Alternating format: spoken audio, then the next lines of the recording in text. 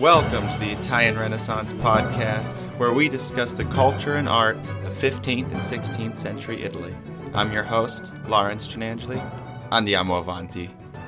Renaissance people, welcome back to the Italian Renaissance podcast and the launch of the next thematic journey into Renaissance history. We're going to be looking at the individual cultures of the Renaissance courts, more or less in the 1400s, but will likely start to merge into the 1500s.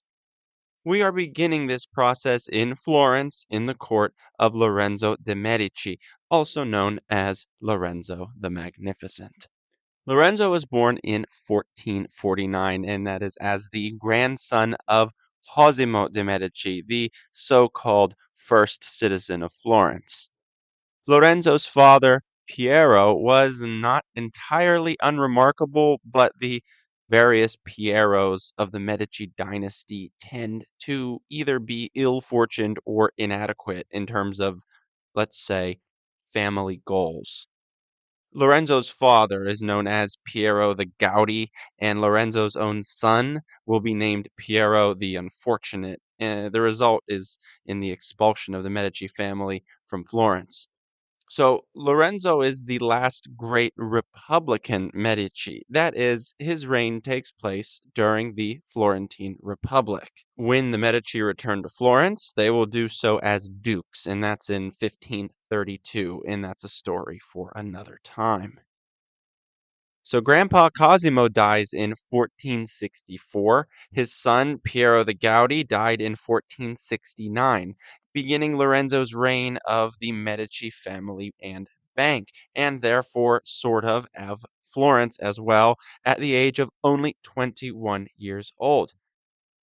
And still, that 5-year period between 1464, when Grandpa Cosimo dies, and 1469, where poor Gouty Piero's health declines, and in those years, he used Lorenzo to do his bidding, his diplomatic work, and help to craft Lorenzo's skills as a statesman and as a diplomat for the Medici Bank. And that left Lorenzo's mother, Lucrezia Tornabuoni, widowed in 1469, to help continue to train her son and to help run things in terms of matters of state of the family bank, which Lorenzo was not a very good banker, and by then had branches all over the Mediterranean and as far north as London. So they were an international bank, so to speak, ran from Florence. So with this setup in mind, young Lorenzo thrust into power, his mother Lucrezia helping sort of rein him in. I have to concede that the whole life of Lorenzo will be too large of a task to tackle in our half hour together here. He was first and foremost a family man in the Renaissance way, meaning he sought to always uphold the public image of his house, to further them and advance them in society, but for Florence, not too high, not like a king, but also to maintain their position of power in Florence. So, to achieve those ends, he was a highly skilled statesman and he tried ardently to maintain peace on the whole of the Italian peninsula. That's provided that no shame was brought to his name and that Florence always won out a better slice of the pie in achieving peace. And to do that, he sometimes even had to be a military strategist. Above all, I think, and maybe I'm being too idealistic, he was a poet and a patron of the arts. You should not be surprised that we will look closely at both of these roles. I also want to stress that at the height of Lorenzo's power, he made a certain type of patronage popular among the Florentine nobility, so that when we look at patronage of the Laurentian age by other people, we cannot always dislocate them from his sphere of influence. So, what I mean is, a great deal of Florentine art produced in the 1470s and the 1480s are due to direct influence by Lorenzo or to the desire of the patron to commission something that would please or emulate Lorenzo. So, under his influence, we see the revival of large-scale mythological paintings, such as by Sandro Botticelli, Luca Signorelli, Piero di Cosimo, but also a very keen interest in architecture and ever more so in the literary arts and in philosophy, including Lorenzo's own written works, which we're going to look at a little bit today. At the same time, yes, we can see Lorenzo as an absolute lover of the arts, as an advocate for the revival of Plato and Neoplatonic thought. That means the Renaissance period's reconciliation of Platonic philosophy, the philosophy of Plato, with Christian doctrine. And we can also see Lorenzo as a major employer of artists and writers. But at the same time, each of these things helps him achieve any number of certain goals within our initial framework that we already set up. That of a man looking to maintain the position of his family and to maintain control of the Florentine state. So, of course, he was extremely dedicated to his family then, and nor was he self-sufficient without them. He married he married Clarice Orsini. That's Clarice Orsini, but I don't like Clarice when I'm in English. Clarice Orsini, who was a relative of a high-ranking cardinal in Rome. So already they're hoping to bridge the Medici family with the papal curia.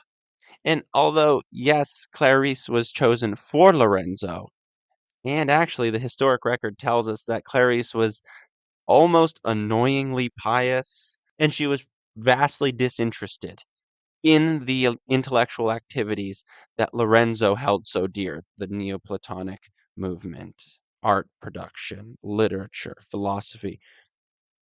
So they had this major difference, but at least publicly, he really loved her as a spouse, and he really mourned when she passed. At least that's what the record tells us.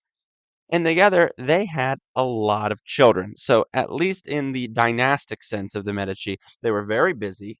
10 they had, and 6 of those 10 lived past infancy. So, we get 6 Medici children out of Lorenzo and Clarice.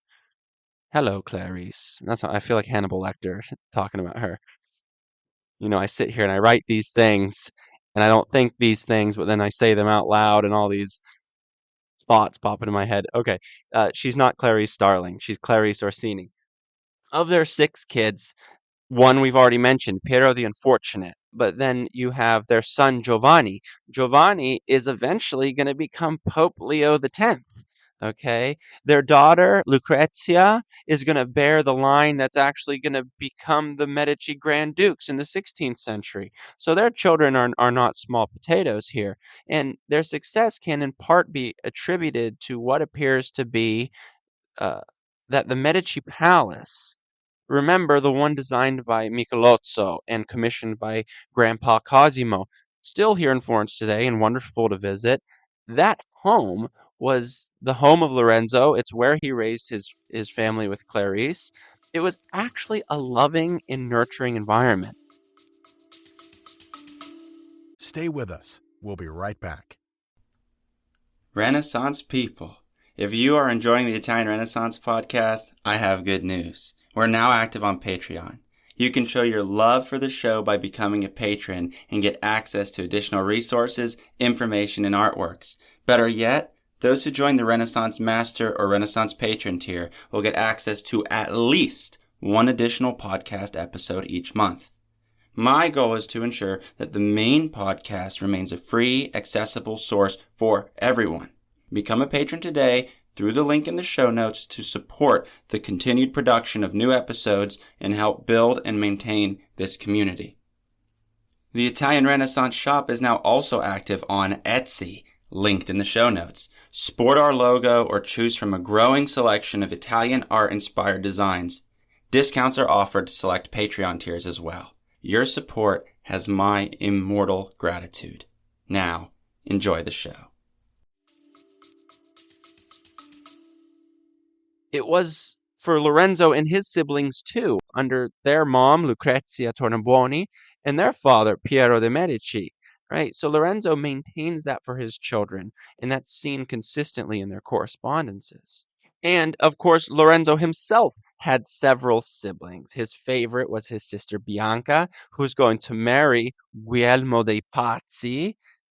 Pazzi should ring a bell, guys. And his brother and his kind of companion and best friend, Giuliano de Medici, who was murdered in the famous conspiracy by that very same Pazzi family.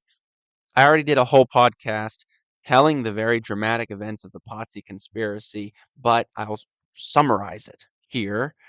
Giuliano and Lorenzo together controlled the Medici family after Piero's death through the early to mid 1470s in joint power, where Lorenzo, who was famously, let's say, he was famously not very attractive.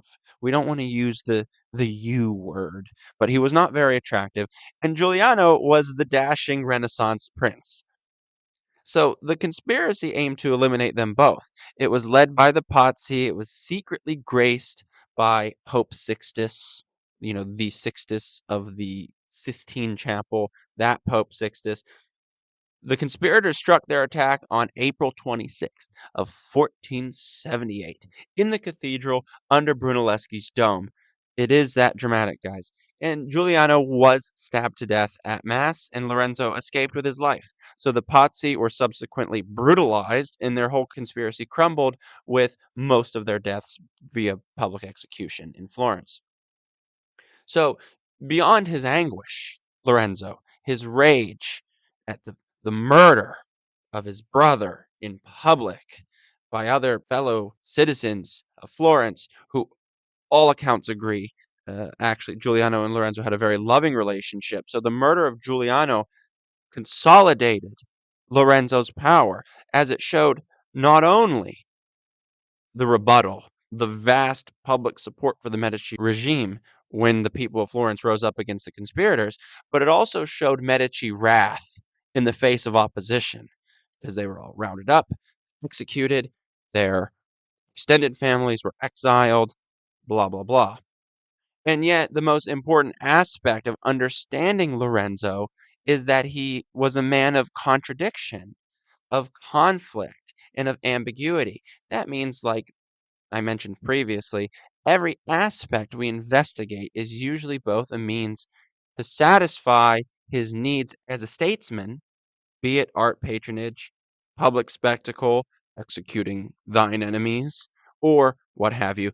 That is, to keep his favorability among the Florentines, who had a habit of dismembering those who slighted them, in this case, the Pazzi. But if we step away from that aspect, we have to understand that not only as a statesman was Lorenzo creating an intellectual movement, but that he had a variety of intellectual interests that he promoted on the sheer value of the pursuit of knowledge and the elevation of mankind. And then when we dial this back and look at it with him and his relationship to Florence, the power of the Florentine Republic, and the collective power of the Florentine populace, Lorenzo de Medici believed that Florence was a city that was going to change the world and even conquer parts of it. So we don't have to dabble with imperialism in this podcast, but he did that too, right? He subjugated places like Imola and Volterra, etc. In any case, this passion that we're talking about a man who was not only interested in the propaganda value of art and writing, this is something that we have to surmise by his correspondences and relationships with the humanists of his court. We have to always keep in mind that Lorenzo wrote a lot of letters, and almost no different than myself, complaining about the insane number of emails I have to respond to daily. Part of Lorenzo's duties were constant letter writing, okay, correspondences.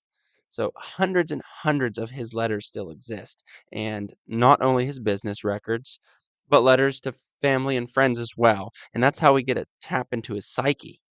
And all of that physical writing was no doubt problematic for him when he began to suffer from the great Medici curse, especially in the 1480s to his death in April of 1492. That curse would be gout, horrible swelling and inflammation of the joints that ran very strong in the genetic line of the Medici family. Remember, his father, Piero the Gouty. And like his father, Lorenzo began to suffer debilitating bouts of gout, where he would often be bedridden in the Medici palace or go do some R&R in any of the Medici villas. Indeed, his death occurred while in the Medici villa at Careggi, not in his palace in Florence. And although he had these health issues, the 1480s was essentially his age of triumph. On the political side of things, Lorenzo was not a ruler on the books, as all the offices of the Florentine Republic were still operational. So, on one hand, he was treated by foreign rulers as a ruler, all while he could manipulate the political sphere around him by using the Republic of Florence as a shield from personal attacks or as a way to manipulate other rulers. As in to say, well, I cannot command this or I cannot give you this because I have to get approval from the Republic. And even if everyone knew that Florence did not make any major decisions or changes without his approval. So, like I said, constant contradictions. But as a patron, it's in the late 1470s and 1480s that we see the emergence of those major mythological works by Botticelli, The Birth of Venus, and The Primavera, and those were more than likely commissioned by Lorenzo's cousin, Lorenzo, another Lorenzo. They're all named Piero and Lorenzo and Giuliano and Giovanni. That's all of them. That's it. And in that same genre, these full-scale mythological paintings, Lucas Signorelli arrived in Florence around 1489 to try his own hand at that genre, which we're going to dedicate a podcast to in the coming episode. So bookmark that one. In architecture, Lorenzo had trained to become a professional architect himself and was consulted as an expert in the field. Very interesting. Lorenzo de Medici, architect. Very true. He probably even submitted a design for the competition to finally decorate the facade of the Florence Cathedral in 1490. We have to remember that facade wasn't completed until the 19th century. Those beautiful neo-Gothic designs that you see on the cathedral today, all throughout the Renaissance, they would put up artificial ones for royal visitors, but then other than that, it was just brown stone. So in 1490, they wanted to decorate it, and Lorenzo probably submitted a design for it. And he was also the foremost architectural expert on the committee. And in his court, there was one Giuliano da Sangallo, which was a renowned architect of the late Quattrocento, and he was actually helping design Lorenzo's bucolic paradise, we'll call it, the Medici Villa at Poggio a Caiano, which is a 20-minute bus ride from me, and I still haven't been, but I'm gonna go. And Poggio a Caiano is a testimony to how Lorenzo, along with Giuliano da Sangallo, who is his friend, we'll call him Sangallo, is a testimony to how they combine their learned Neoplatonism and humanism, and they apply that into the built environment. We can so easily read Neoplatonic thought, humanistic thought in Botticelli's paintings, but how do you do that in architecture? I don't know, actually. I don't know. But at the same time, he continued to employ these Neoplatonists as writers, as tutors for his children. He wants to raise another batch of Neoplatonist Florentine statesmen. And these were people to philosophize with. He wanted to have an environment where he could go and sit and drink wine and philosophize. This was an activity one did before television. And these Neoplatonists, they also tended to run errands for him, oddly enough. So they were kind of like his errand guys, tutors for the kids, write this book, translate this book into Latin, right? These were sort of the things that they did. And the people, if to bring up some names, I'm talking Pico della Mirandola, I'm talking Marsilio Ficino, I'm talking Gentile Becchi, and my personal favorite, Poliziano. And we're going to talk about some of them in the upcoming episodes as well.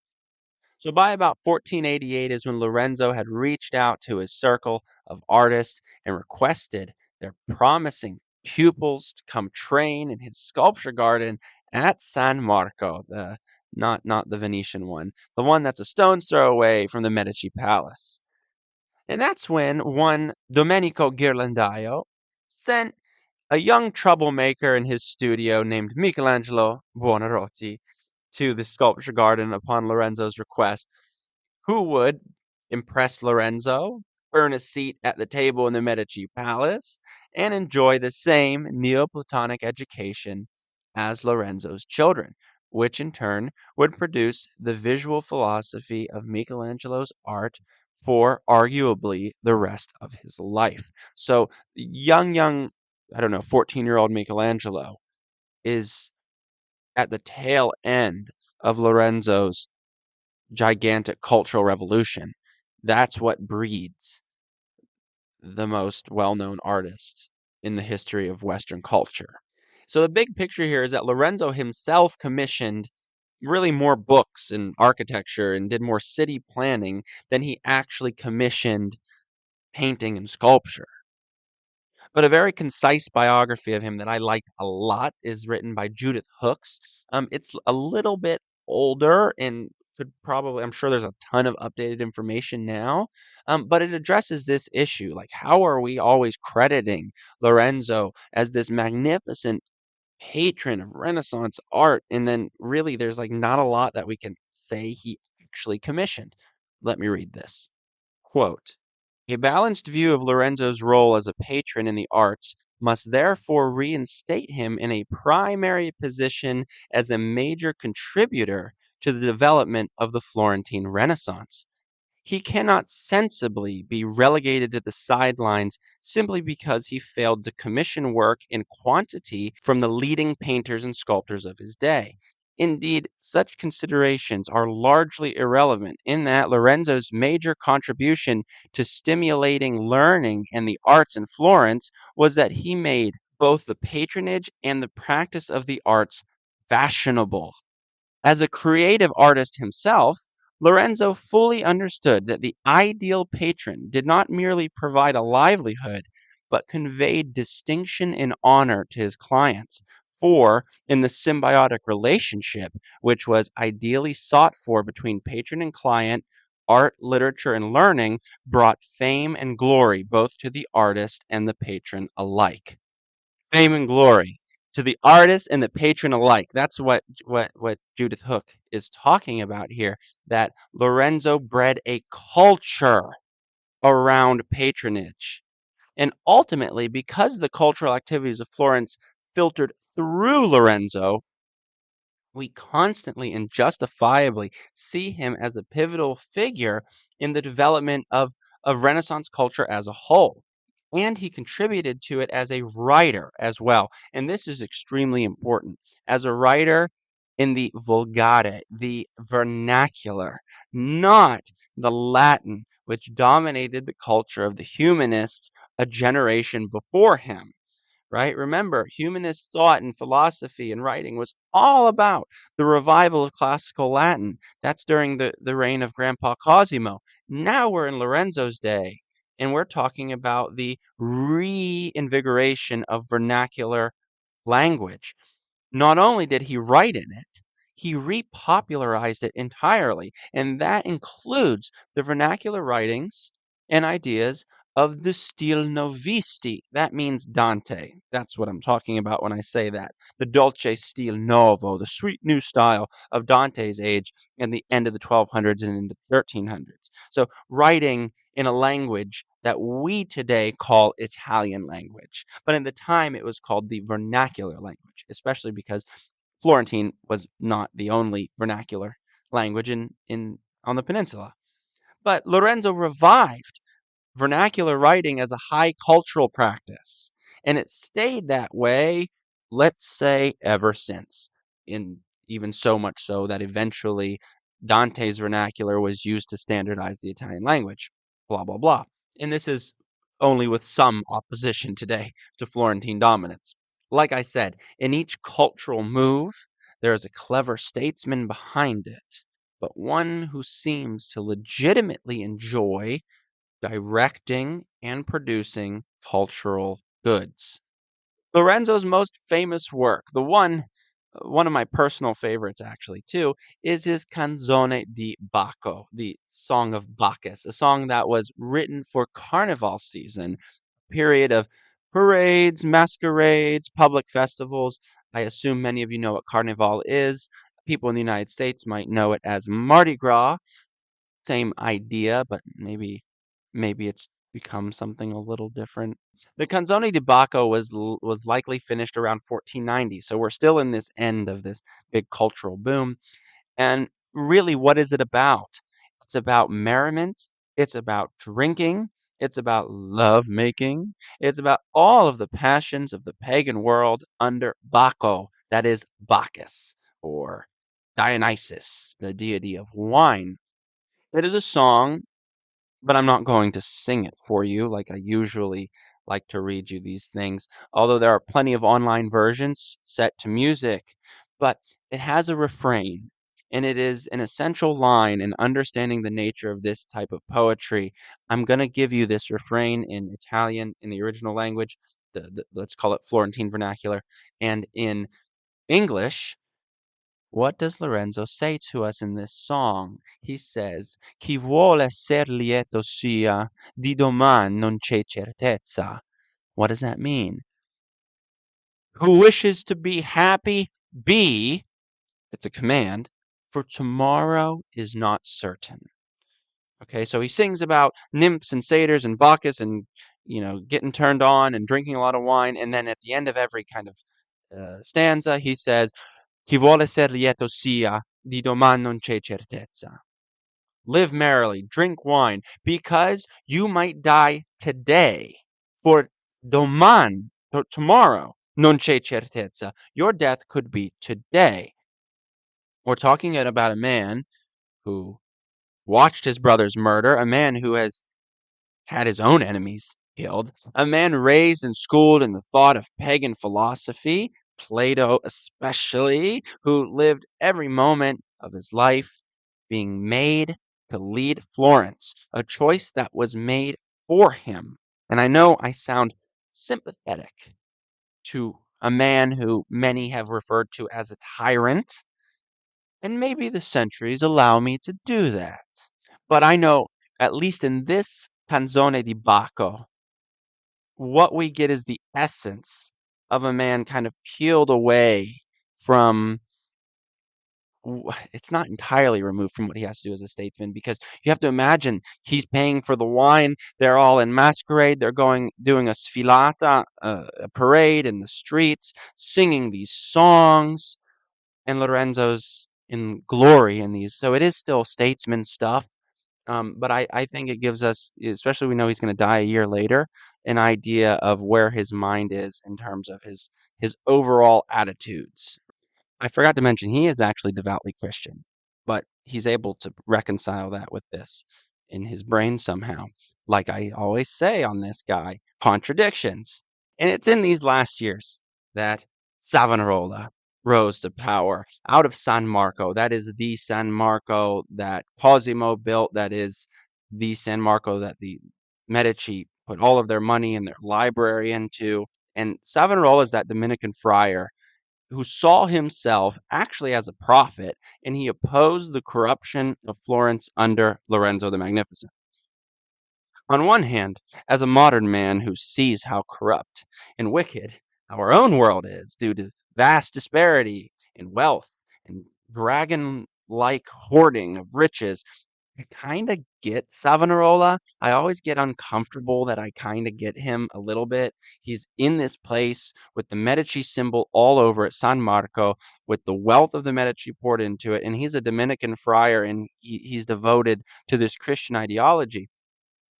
But the friar that believes that Florence was the New Jerusalem and that he was a prophet of a biblical apocalypse, that's kind of where I depart from his line of thinking. I don't get that. So that's Savonarola at this moment in Lorenzo's life. But Lorenzo dies in Careggi in 1491. His son Piero the Unfortunate of course he gets that name later, he's not unfortunate yet, takes over from 1491, lets in the King of France, and is driven out by the people of Florence in 1494, where the Medici were completely exiled, allowing Savonarola to step in and socially upheave everything that we look at as Renaissance, so to speak, trying to actively undo Lorenzo's entire legacy. Guys, I'm here to say that Savonarola did not quite achieve his task. Renaissance people, we're going to be going over several of the figures mentioned in this podcast in more detail in the upcoming episodes, including literature, art, of course, art, and people, each time revealing more and more about the court of Lorenzo the Magnificent. I'm looking forward to it, and I hope you all are as well. Until next time, dear listeners, arrivederci.